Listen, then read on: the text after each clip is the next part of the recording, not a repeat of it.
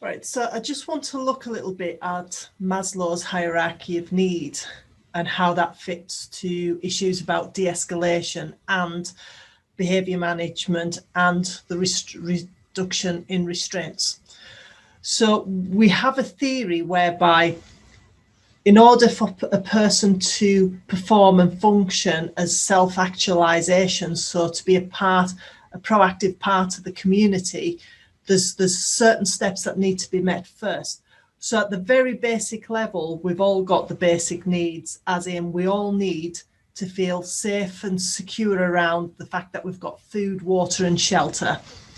So if you think about some of the TV programs where they send people onto islands and things, the first things the group do is create their shelter, their water, and work out where they're getting the food from.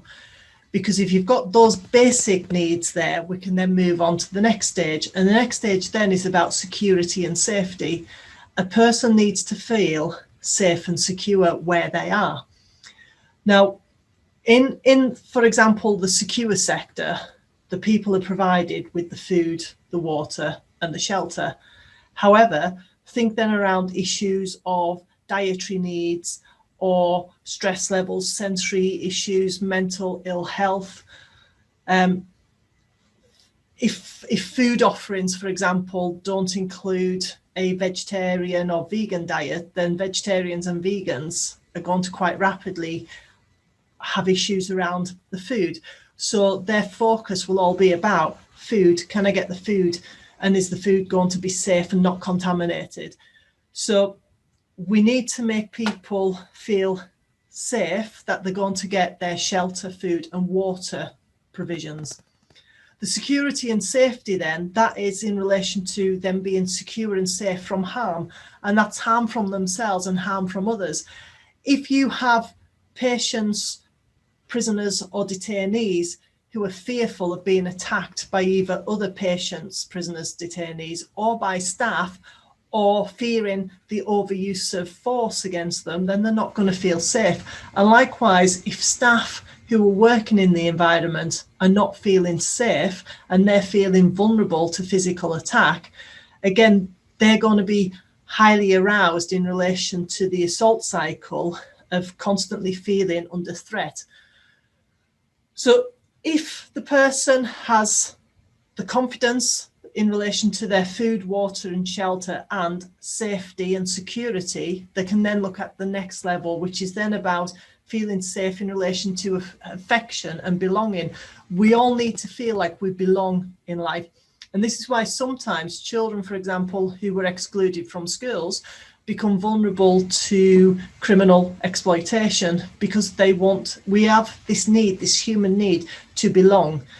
And so whether that's a biological family or a family from your peers, then that makes the family. And workplaces have families. For example, it's common that people will talk about the police family, meaning all the police employees are all part of a family. And it's the same in many national institutions. You become part of that family. So it gives you that sense of belonging. Like uniforms, they help people feel they belong.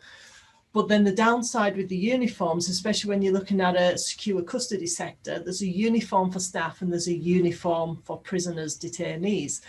So straight away by the uniform, we're making people fit into different camps and different families. So if people then feel safe in relation to belonging, they can then look at the next level, and that is then that they have some self-esteem within their environment, so they feel they have some respect, some standing, some worth. Only then, if they feel that, can they move on to the next level, which is self-actualization, and that means then that everything is calm and they can function.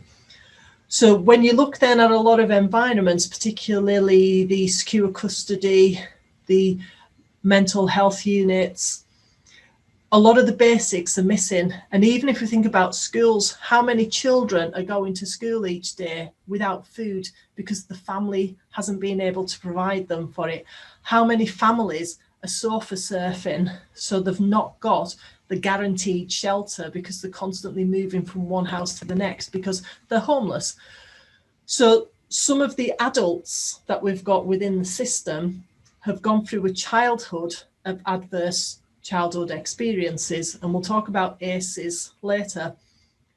But if this person has grown up in an environment where they're not sure every day whether they're going to have food and shelter, they're not sure every day whether they've got safety and security because perhaps they come from a household where there's domestic violence, or they're living in a community where there's gang culture.